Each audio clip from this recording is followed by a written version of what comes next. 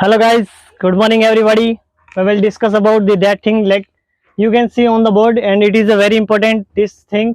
So we will discuss about that thing and you know that are you angry? क्या आप गुस्सा हो? जब कोई गुस्सा हो जाता है तो उसका मुंह कैसा होता है? एकदम ऐसे ही होता है. छोटे बच्चे भी गुस्सा हो जाते हैं तो उसी को बोलते हैं आर यू एंग्री? क्या आप गुस्सा हो? तो उसी के लिए ये क्वेश्चन बन रहा है आपका. देखिए गुस्सा होते हैं तब कैसा मुंह बना लेते हैं वो अपना.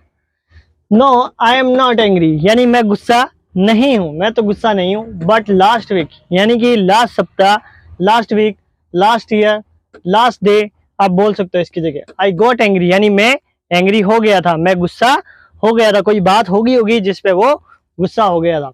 उसी के बाद देखिए आप एंग्री को हटाना है आपको. जहां जहां मैंने एंग्री का यूज किया ये आप एंग्री देख सकते हो. यहाँ पर जो मैंने लिखा है एंग्री को आप इनकी जगह ये लिख सकते हो टायर्ड. यानी आप काम से जब आते हो तो आपकी शक्ल कैसे होती है? बहुत थका हूँ रे, मैं बहुत थका हूँ, ऐसे बोलते ना आप. मैं तो हंस रहा हूँ लेकिन उसका मुंह ऐसे ही रहता है. मेरे को कुछ काम मत देना, मैं बहुत पहले से ही थका हूँ, मेरा शरीर दर्द कर रहा है, कोई दबा दो मेरे हाथ में, ये होता है.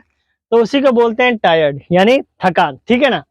अब इसकी जगह आप एनॉयड भी लिख सकते हो. किसकी? एंग्री की जगह. एंग्री की जगह आप किसका यूज कर सकते हो? एनॉयड. एनॉयड का मतलब नाराज. यानी आप किसी से जब नाराज होते हैं तो आपकी शक्ल कैसी होती है? नाराज हो, उसको तरफ देखते नहीं हो, मतलब उससे बात भी नहीं करना चाहते, इतने नाराज हो गए आप. उसका यूज करते हैं अपन एनॉयड. मुझे बात नहीं करनी. कल तूने मुझे पूछा ही नहीं बेटी, खुद अकेले अकेले टॉफी खा गया, या आप अकेले अकेले टॉफी खा गए. गर्ल्स बॉयज दोनों हो सकते, ठीक है ना. अकेले अकेले टॉफी खा गए, अकेले अकेले बात करो, मेरे को पूछा भी नहीं. अब मैं नाराज हूँ भाई. नाराज उसी के लिए यूज करेंगे एनॉयड का. ठीक है ना. उसी के बाद देखिए अपसेट. अपसेट यानी दुखी. कोई बात को, कोई ऐसी सिचुएशन को लेके दुखी होना जो उसे मिल नहीं रही है, उसके लिए भी वो दुखी होता है.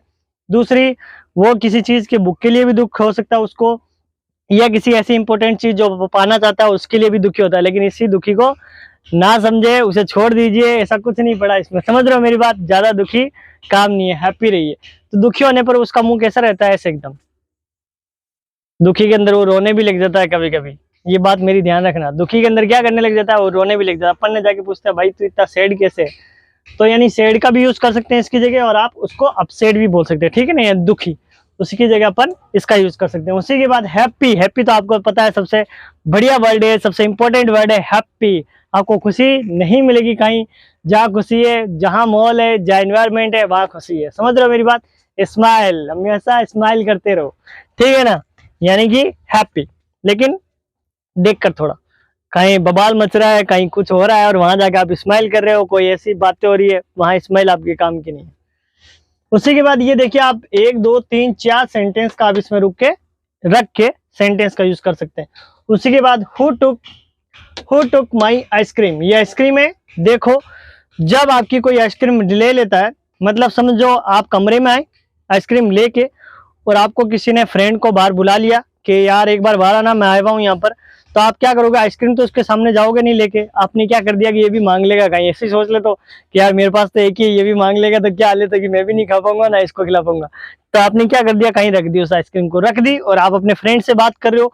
जैसे ही आप जस्ट इनकम, आप जैसे ही अंदर आते हो, आप इस रूम में आके देखते हो, आप शॉक्ड हो जाते हो. You are shocked that time. Where is my ice cream? यानी उसकी आइसक्रीम अब वहां नहीं है. तो आपका पहला क्वेश्चन क्या होगा कि मेरी आइसक्रीम किसने ली? मुझे ये बता दे बस, मेरी आइसक्रीम ली तो किसने ली? यानी कि यही बोलना है हु टुक माई आइसक्रीम. मेरी आइसक्रीम किसने ली? पहला क्वेश्चन आपका ये बनेगा, हु टुक माई आइसक्रीम. देखो उसके बाद क्या आएगा? I wonder. वंडर का मतलब ये होता है कि मेरे को पता तो नहीं लेकिन मैं जानना चाहता हूँ. ठीक है ना. आई वंडर का यूज. आई डोंट का मतलब होता है, आई डू नॉट जब बोलते हैं उसका यूज होता है कि मैं जानना नहीं चाहता और मुझे कोई इसमें इंटरेस्ट भी नहीं है. ठीक है ना. मुझे पता नहीं है और ना मैं ये जानना चाहता हूँ.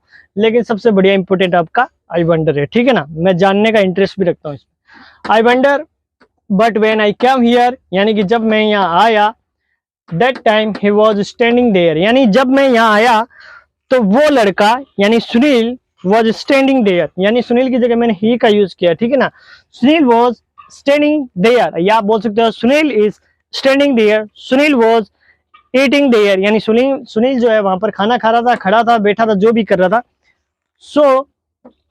सो ही मे हैव टेकन इट. यानी वहां ऐसी संभावना जहां आपको लग रहा है कि उसने ऐसा किया भी होगा और नहीं भी किया होगा. मतलब उसने आइसक्रीम को ली भी होगी और नहीं भी ली होगी। यहाँ आपका 50% चांस बन रहा है, यानी जहां आपको पूरा अंदाजा पक्का पता नहीं है लेकिन लग रहा है कि वो ऐसा कर सकता है क्योंकि वो एक कला ही वहां था, तो आपको यूज लेना है वहां पर मे और हैव के साथ थर्ड फॉर्म आएगी, ध्यान रखना। मे के साथ third form, may have taken, यानी कि क्या होगा, ही मे हैव टेकन इट, यानी उसने ये लिया होगा। उसी के बाद देखिए आप आइसक्रीम को हटाकर आप और चीजों का यूज कर सकते हैं। वर्ब का देखो कौन सी वर्ब है, ब्रेक द विंडो पैन, यानी खिड़की किसने तोड़ी। मैं जानना चाहता हूँ यानी ये खिड़की किसने तोड़ी, हु, किसने, ठीक है ना, यहाँ आइसक्रीम हटा देना, ये लिख देना। उसी के बाद टेम्पर विथ कैमरा, यानी कैमरे के साथ, मेरे कैमरे के साथ किसने छेड़छाड़ की।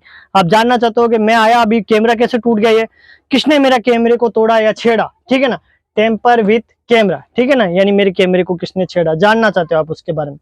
फेल द बाइक, आपकी बाइक स्टैंड पर खड़ी थी, लेकिन जैसे ही आप अंदर से उस बाइक को वापस चेक करने के लिए आते हो, आपको पता चलता है आपकी बाइक गिरी हुई है, तो आप उसी समय उसी सेंटेंस का यूज करेंगे, मेरी बाइक किसने गिराई, यही जानना चाहोगे आप उस लड़के का, पार्टिकुलर उस लड़के का नाम, कि बस इसको गिराया तो किसने गिराया, तो वहां यूज करोगे आप फेल द बाइक, यानी इसकी जगह आप क्या लगाओगे, फेल द बाइक, यहाँ रखना आपको आइसक्रीम की जगह, यानी हु टुक को हटाना है, यहाँ लिखना है हु फेल द बाइक, ठीक है ना, who fail the my bike भी बोल सकते हो या बाइक भी बोल सकते हो। तो इसी की जगह हम ये रखकर इसके सेंटेंस को कंप्लीट कर सकते हैं, 3-4 सेंटेंस बना सकते हैं। तो लास्ट में ये कहना चाहूंगा दोस्तों, मेरा वीडियो अगर आपको अच्छा लगा है और ये पूरा समझ में आया तो मेरे वीडियो को लाइक करें, शेयर भी करें और सब्सक्राइब भी करें, और मिलेंगे नेक्स्ट वीडियो। समझ रहे हो मेरी बात, ठीक है।